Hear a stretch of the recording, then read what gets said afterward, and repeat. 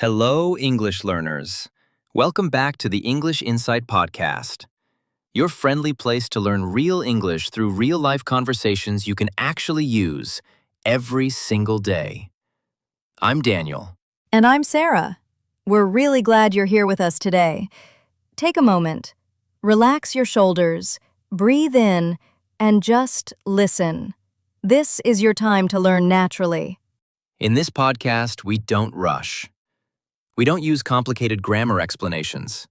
We focus on clear, useful English you can hear, repeat, and start using immediately. So, whether you're walking, commuting, sitting at home, or even pretending to study while drinking coffee, you're learning with us.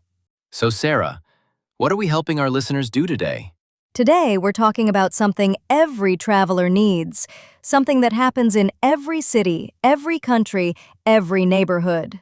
One of those real survival skills?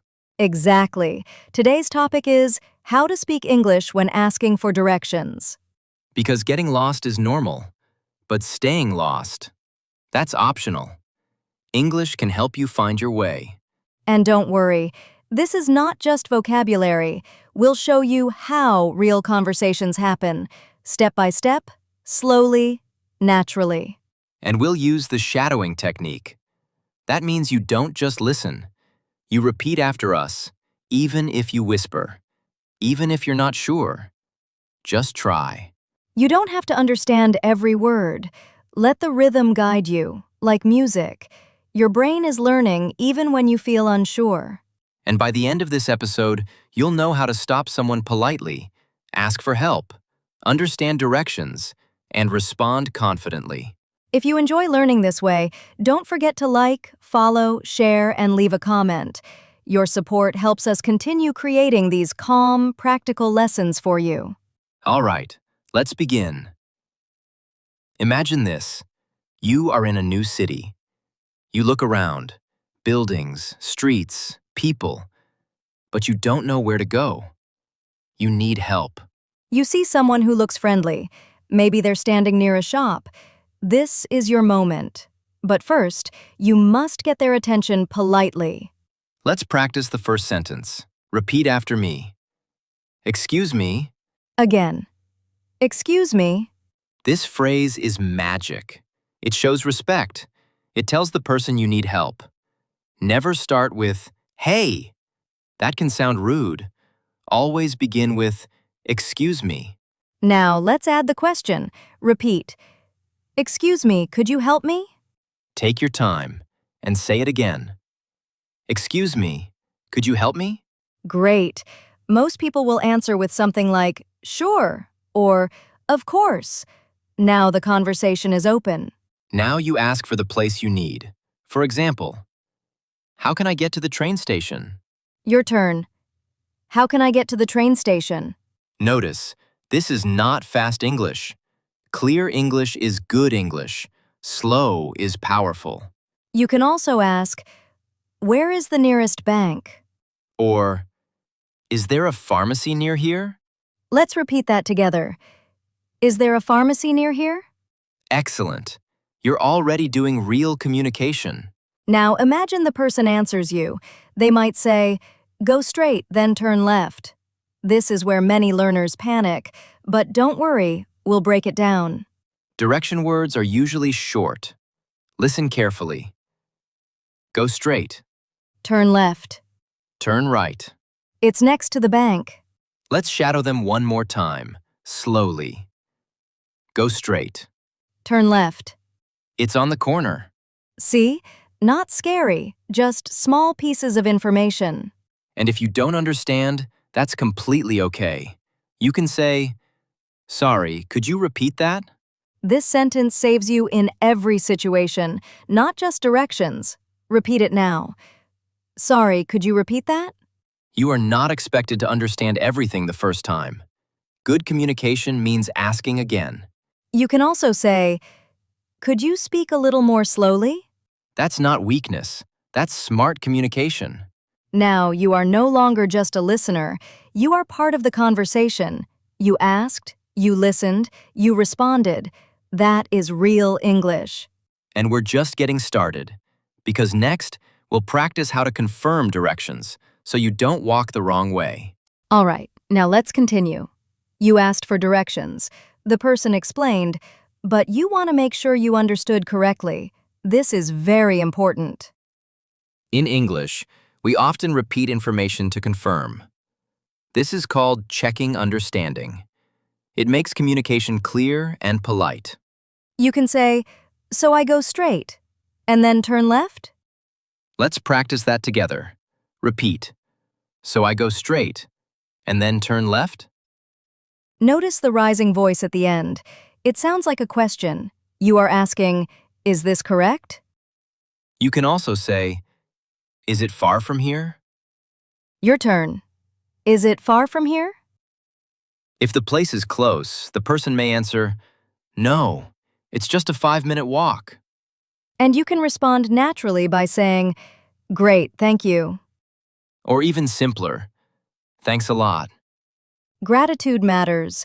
Always end the conversation politely. That leaves a good impression. Now imagine you start walking, but suddenly you feel unsure again. Maybe there are 2 streets. Maybe you forgot the instructions. It happens to everyone. Don't panic. You can ask another person. And yes, you can repeat the same phrases. English conversations often repeat. That's normal. You walk up and say, excuse me, can you help me? I'm looking for the museum. Let's shadow that. I'm looking for the museum.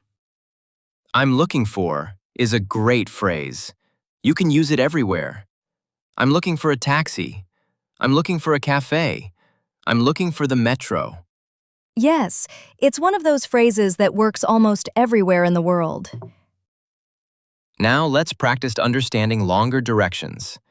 Don't feel you an even from me in term of usual definity to a lord people. That's practice with your notifice. Now let's practice going to change. The person repeat that our mating formalize the death. Let's media previously. Now, let's practice that's understanded. When you just a confirmation, therefore for the museum? Let's track it. But you can receive this designed. Now let's practice understanded. Just always just a fen of generated with usual definity. The person genius that several tributed belief that there may not just in particular. This literally reviewed to an accident conversation on corporated options and firing. Let's practice to be more proceeded and ready for a bricking with a good phrases part of the museum in sewn. Now, let's practice understanding that. Don't worry, we'll go slowly. Listen first. Walk straight for 2 blocks, then turn right at the traffic light. The cafe is across from the park. Let's divide that into small pieces. Walk straight for 2 blocks. Turn right at the traffic light. It's across from the park. Now repeat each part. Don't rush. Speak with us, even quietly. That's shadowing. That's how fluency grows. You are training your mouth, your ears, and your brain together, not separately, together. And remember, when people give directions, they often use their hands. Even if you don't understand every word, watch their gestures. Communication is more than language. Sometimes they point, sometimes they draw a map in the air, sometimes they even walk with you a little. Humanity is kind like that. Learning English is not just about grammar. It's about connecting with people, solving problems, moving through the world with confidence.